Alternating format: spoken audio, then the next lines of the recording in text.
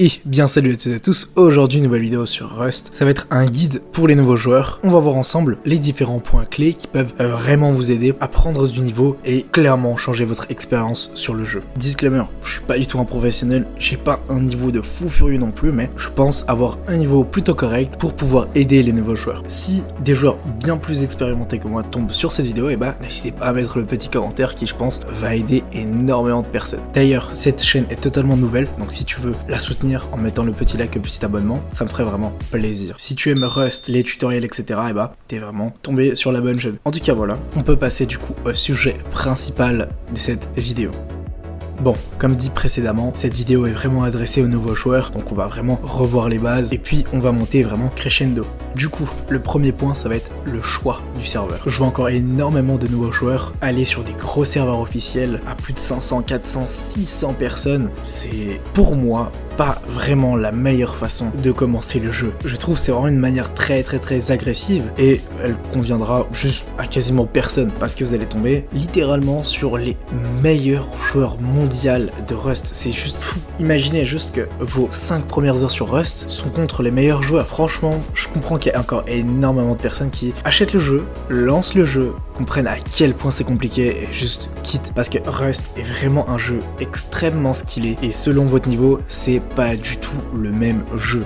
Vraiment. Ce qui est d'ailleurs un gros point fort de ce jeu parce que même avec quasi 5000, 6000, 7000 heures de jeu, vous allez quand même découvrir de nouvelles expériences et toujours pouvoir vous améliorer. Ce jeu a vraiment énormément de potentiel. Du coup, pour le premier point, ce que je vous conseille en tant que nouveau joueur, allez sur des serveurs à 200, 250 grand max. Ce genre de serveur va vraiment vous laisser énormément de temps de découvrir les mécaniques de ce jeu et comprendre énormément de choses. Ce que je vous conseille du coup, ça va être les serveurs à 250 grand max, de préférence officiels, d'accord? Pourquoi officiel? Tout simplement parce que les serveurs officiels sont toujours quasi pleins. Ce qui peut être vraiment cool parce que rejoindre un serveur, faire votre base, etc. et 48 heures après, il y a littéralement plus personne, et bah c'est pas ouf. Et c'est pour moi l'un des plus gros problèmes des serveurs communauté parce que au bout de 48 heures, 72 heures, et bah il va y rester quasi 40-50 personnes sur les serveurs et c'est pas dingue. Voilà, toujours privilégier les officiels, c'est une valeur sûre. Aussi super important, regardez il y a combien de temps qui s'est écoulé depuis le dernier wipe. Un wipe, pour ceux qui ne le savent pas, c'est littéralement un reset. Donc chaque lundi, chaque mardi, etc.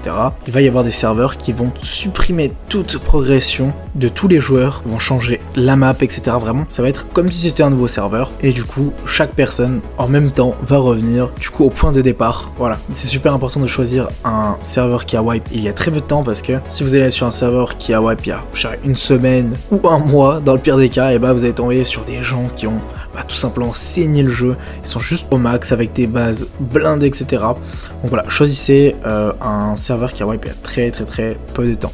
Dans mon cas, je vais prendre le serveur Rusticated qui a wipe il y a 3 jours. C'est quand même beaucoup, je suis extrêmement en retard, mais le moment où je tourne cette vidéo, il n'y a pas énormément de wipe. Mais c'est pas grave, ici on est là pour apprendre. Mais voilà, si vous avez l'occasion de rejoindre un serveur qui a wipe il y a 1 jour ou quelques heures, c'est juste magnifique. Bref, on passe directement in-game.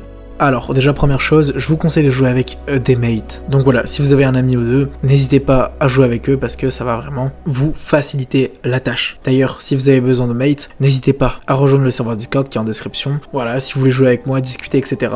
c'est avec plaisir. Bref, quoi qu'il en soit, on passe directement à la stratégie. Dans ce wipe, je suis solo, donc je vais vraiment me servir de mon environnement pour pouvoir me défendre. Je le rappelle quand même, sur Rust, vous pouvez tomber sur des teams à 4, à 6, à 10, donc je préfère prendre mes distances et me placer directement à côté de l'avant-poste. Vous allez comprendre pourquoi. Bref, je commence avec un caillou et je décide directement d'aller tracer jusqu'à l'avant-poste. Je trouve que si on a une stratégie de l'avant-poste comme moi, c'est pas super intéressant de remplir son inventaire. Donc voilà, juste allez-y directement sans perdre de temps à essayer de looter, etc.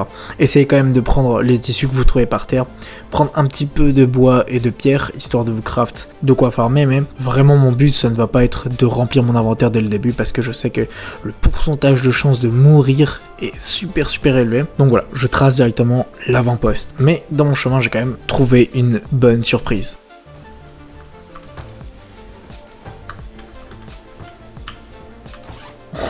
Oh, allez.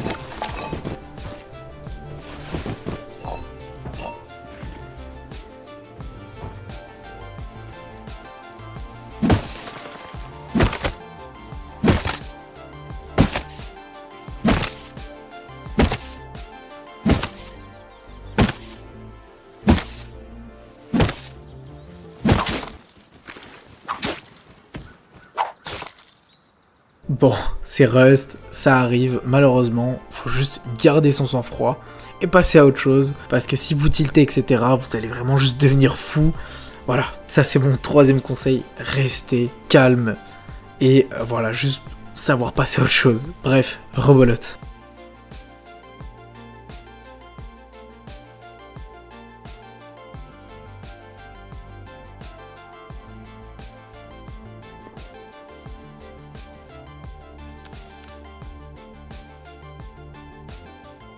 Ok, maintenant que j'ai assez de tissu et que je suis proche de l'avant-poste, je place mon lit. C'est vraiment maintenant que les choses sérieuses commencent.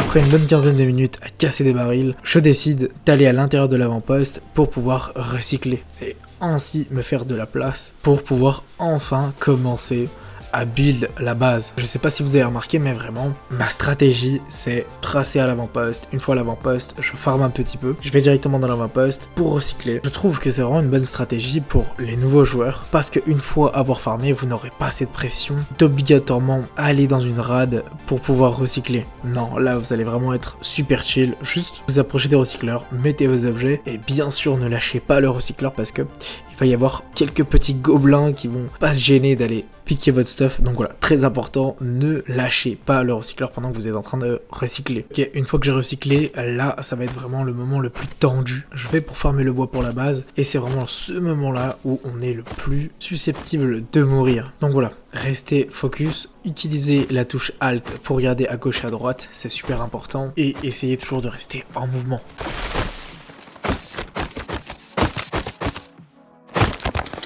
Faites attention d'ailleurs de ne pas frapper les autres joueurs à côté de l'avant-poste. Il va y en avoir beaucoup qui vont essayer de vous provoquer. Donc voilà, ne tombez pas dans le piège, ne les touchez pas. Maintenant que j'ai assez de bois, je vais essayer de construire ma base tout près de l'avant-poste. Vous pouvez voir que je ne peux pas builder dans cette zone, je vais essayer de gratter au maximum afin vraiment d'être le plus proche de l'avant-poste.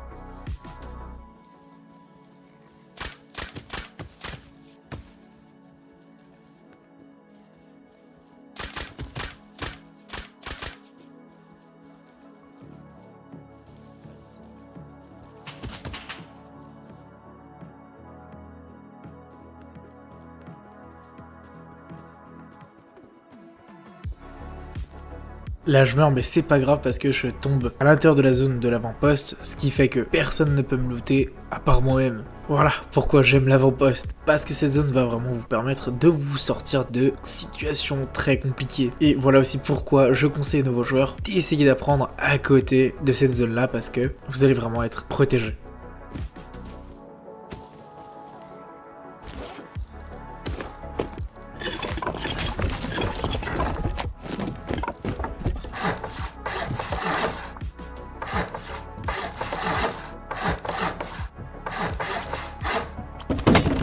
La base que je suis en train de faire, c'est clairement pas la plus compliquée à raid. Ce que je vous conseille là, c'est vraiment d'aller sur YouTube, d'essayer de raider des bases en solo. Mais voilà, si vous débutez, faites exactement la même base que je fais, avec un sas en plus. J'ai pas pu le faire parce que ma fondation est trop enfoncée dans le sol, totalement de ma faute. Je me suis précipité, mais c'est compréhensible, il y avait quand même énormément de team à côté de moi.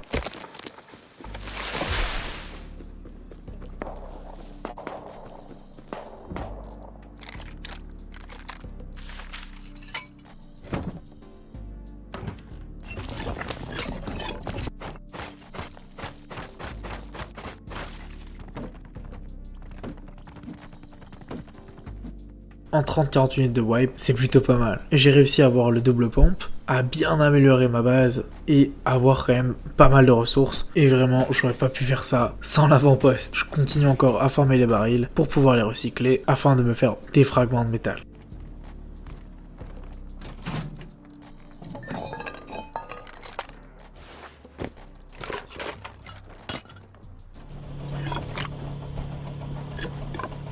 Pour les joueurs qui ne le savent pas, les shops que vous voyez dans la map, vous pouvez les commander via cette machine dans l'avant-poste. Donc ouais, vous pouvez littéralement acheter ce que vous voulez dans tous les shops que vous voulez via cette machine. Bien évidemment, c'est pas gratuit, il va falloir payer le prix d'achat plus 20 de scrap pour la livraison. En vrai, ça reste littéralement ridicule comparé à ce que vous pouvez acheter via cette machine dans l'avant-poste. C'est littéralement la chose qui m'a permis de prendre le semi-automatique en moins de 40 ou 50 minutes de wipe. C'est juste super intéressant et on prend facilement de l'avance comparé à ceux qui n'habitent pas près de l'avant-poste.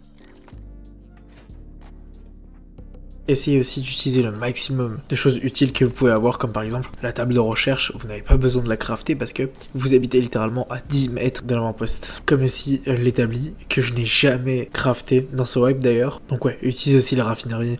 Essayez vraiment d'utiliser tous les objets à votre disposition dans l'avant-poste.